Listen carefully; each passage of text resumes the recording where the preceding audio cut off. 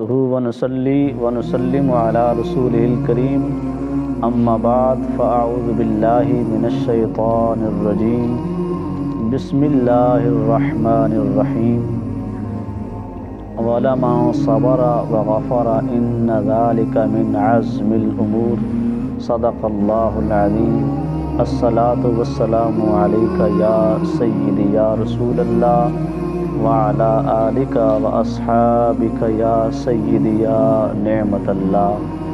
اللہ رب العزت کی حمد و ثنا کے بعد دعا ہے کہ اللہ خالق کائنات جل وعلا ہماری حاضری کو شرف قبولیت سے سرفرازی عطا فرمائے۔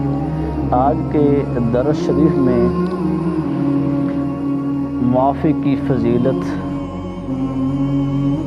اور شان، قرآن مقدس پارہ نمبر 25 کے اندر اللہ رب العزت نے ارشاد فرمایا وَلَمَنْ صَبَرَ وَغَفَرَ إِنَّ ذَلِكَ مِنْ عَزْمِ الْأُمُورِ، کہ جو شخص صبر کرتا ہے اور معاف کر دیتا ہے تو اس کا اجر اللہ کی ذات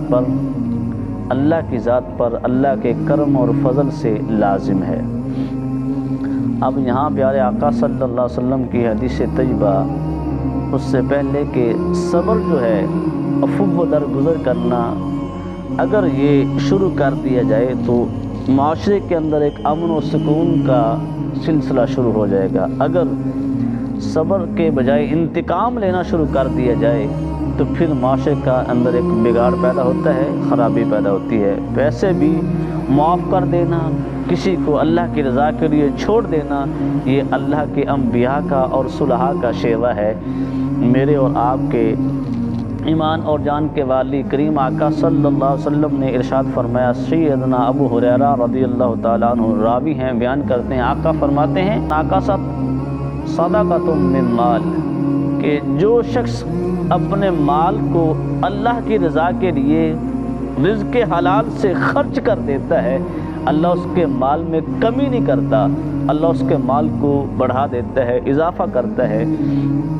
دوسری چیز میرے اور آپ کے آقا فرماتے ہیں ما زاد اللہ عبدا بعفو الا عزا، کہ جو شخص اس مالک کی رضا کے لیے اپنے کسی بھائی کا قصور معاف کر دیتا ہے، کسی کی غلطی سے درگزر کر جاتا ہے، اللہ اس شخص کی عزت کو بڑھا دیتا ہے۔ اللہ اکبر۔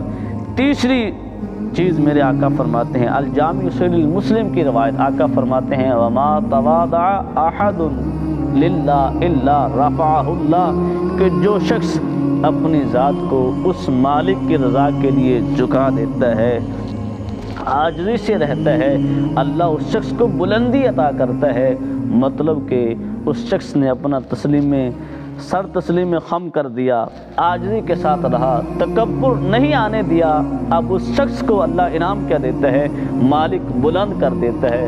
کسی نے کہا کہ خود ہی کو کر بلند اتنا کہ ہر تقدیر سے پہلے خدا بندے سے خود پوچھے بتا تیری رضا کیا ہے۔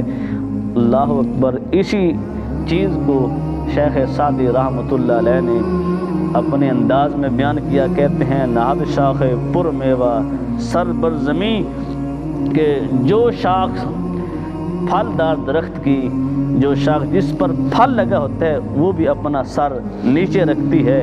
اب دیکھو کہ جو شخص اپنے آپ کو جھکا کے رکھتا ہے اللہ اس کو بلندی عطا کرتا ہے۔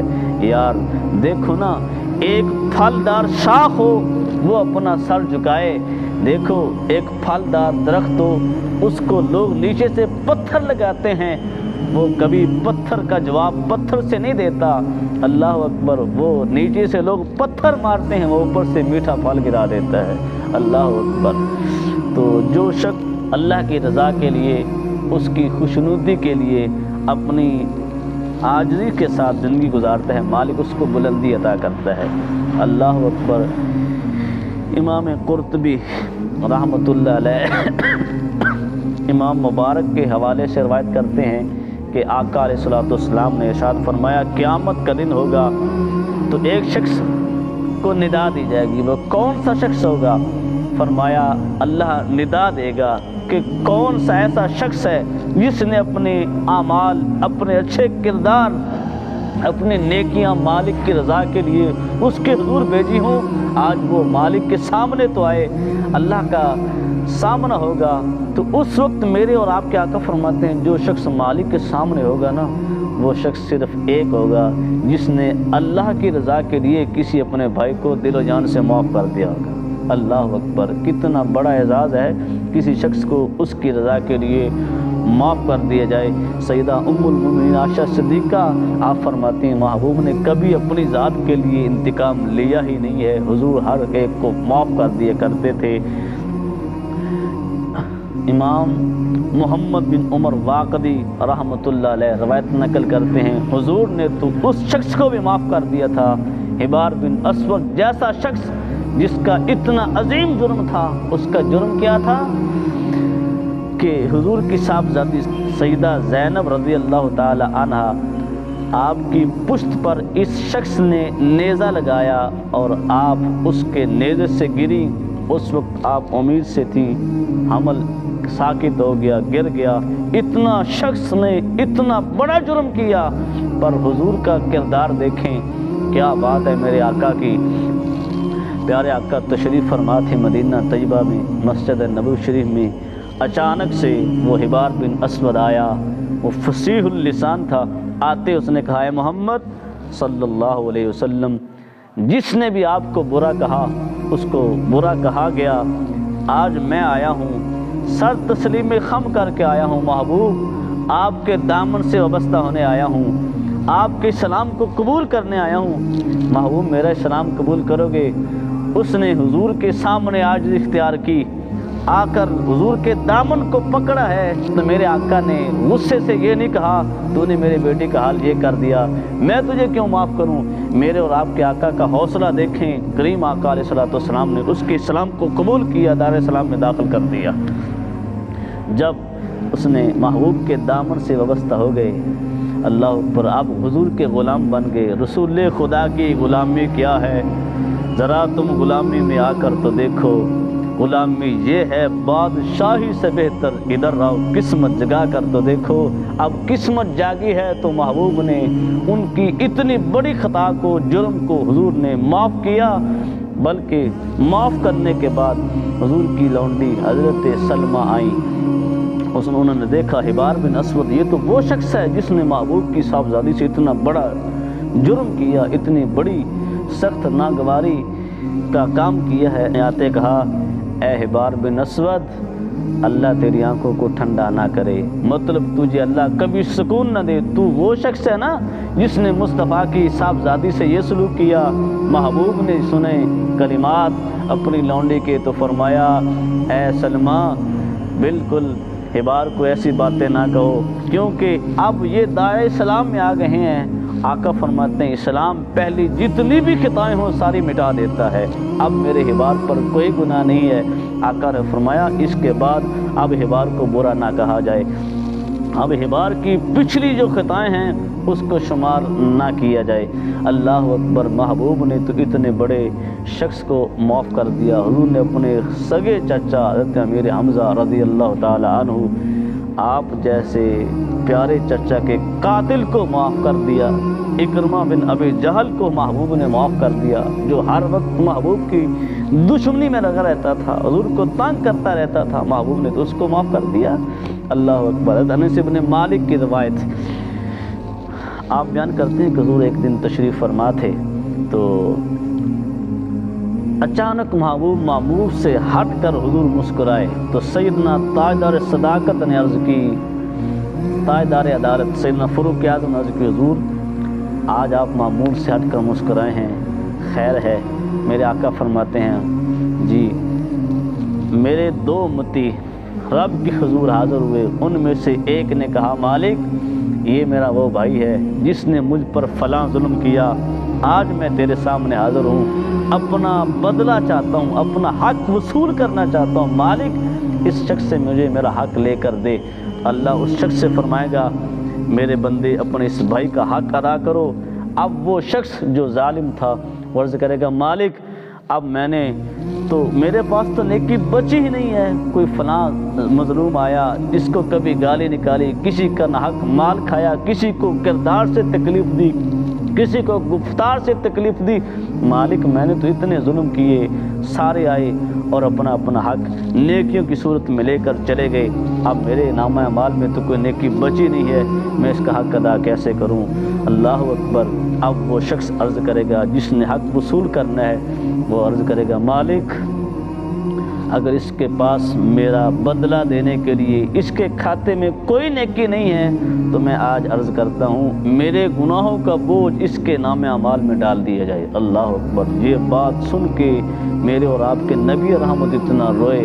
آقا فرماتے ہیں ان ذاک اليوم عظیم، صحابہ وہ کتنا سخت ترین دن ہوگا، یحتاج الناس فیہ ان یحمل عنہم من اوزارہم، فرمایا کہ اس وقت شخص کہے گا، ہر ایک چاہے گا کہ میرا آج کوئی بوجھ اٹھانے والا مل جائے، میرا کوئی آج بوجھ اٹھا لے گناہوں کا۔ اللہ اکبر۔ حضور روئے۔ اس وقت پیارے آقا فرماتے ہیں اللہ اس شخص سے فرمائے گا حق وصول کرنے والے کو میرے بندے اب اوپر دیکھنا جنت کے نظارے کیسے ہیں۔ اب وہ شخص اپنا سر اٹھائے گا، اس کو جنت میں محلات، سونے چاندی کے، ہیرے اور جواہرات کے خوبصورت ترین محلات نظر آئیں گے۔ عرض کرے گا مالک اتنے خوبصورت محل یہ کیا انبیاء کے ہیں، یہ شہداء کے ہیں؟ فرمایا اللہ فرمائے گا نہیں میرے پیارے بندے، یہ اس شخص کے لمن ھذا لمن اعطانی ثمنہ، جو اس کی قیمت میرے پاس لے کر آئے گا اس کو یہ محل عطا کر دے جائیں گے۔ اللہ اتنا بڑا محل، اتنا شان والا محل، اس کی قیمت کون لے گا، اس کا مالک کون بن سکتا ہے؟ تو میرے اور آپ کے آقا فرماتے ہیں اللہ خود فرمائے گا میرے بندے اس کی قیمت تو تیرے پاس بھی موجود ہے، اس کا مالک تو تو بھی بن سکتا ہے۔ عرض کرے گا مالک، فوراً بول کر عرض کرے گا مالک میں وہ کیسے بن سکتا ہوں، میرے پاس کون سی قیمت ہے؟ اللہ فرمائے گا بعفوک عن اخیک، اپنے اس ظالم بھائی کو میری رضا کے لیے معاف کر دے، تمہیں وہ محل عطا کر دوں گا۔ اللہ اکبر۔ اب وہ شخص فوراً معاف کر دے گا تو اللہ رب العزت فرمائے گا اب تو اکیلا نہیں، اپنے اس بھائی کا ہاتھ پکڑ، دونوں جنت کے مالک بن جاؤ۔ اللہ اکبر۔ جنت کی قیمت یہ ہے کسی اپنے مسلمان بھائی کو مالک کی رضا کے لیے معاف کر دیا جائے۔ میرے اور آپ کے آقا نے یہاں فرمایا فاتقوا اللہ واصلحوا ذات بینکم، تم مالک سے ڈرو اور اپنے معاملات درست رکھو، فإن اللہ تعالی یصلح بین المسلمین، قیامت کے دن بھی اللہ رب العزت اس مسلمانوں کے درمیان اللہ رب العزت قیامت کے دن بھی صلح کا معاملہ فرمائے گا۔ ویسے بھی کہتے ہیں کہ صلح کے لیے روایت کے اندر آتا ہے کہ انسان جھوٹ بول جائے نا کسی دونوں کو ملانے کے لیے، صلح کروانے کے لیے، تو وہ بھی میرۃ المناجی کے اندر لکھا ہے کہ اگر انسان جتنے جھوٹ کے الفاظ بول کے کسی دونوں بھائیوں کو ملا دیتا ہے، ان کا آپس میں سارا تعلق بحال کر دیتا ہے، اللہ اس شخص کو جتنے الفاظ ادا کرتا ہے ہر ایک لفظ کے بدلے اللہ اس شخص کو ایک غلام آزاد کرنے کا ثواب عطا کرتا ہے۔ تو یہ وہ فضیلت اور شان ہے جو اللہ رب العزت کے کسی بندے سے صلح کرنے کی صورت میں، اللہ کی رضا کے لیے معاف کرنے کی صورت میں اللہ عطا کرتا ہے۔ دعا ہے کہ اللہ رب العزت مجھے اور آپ کو اس عظیم کام کے اندر بڑھ چڑھ کر حصہ لینے کی توفیق دے اور ہمیں معافی مانگنے کی توفیق کامل عطا فرمائے۔ وما علیہ الا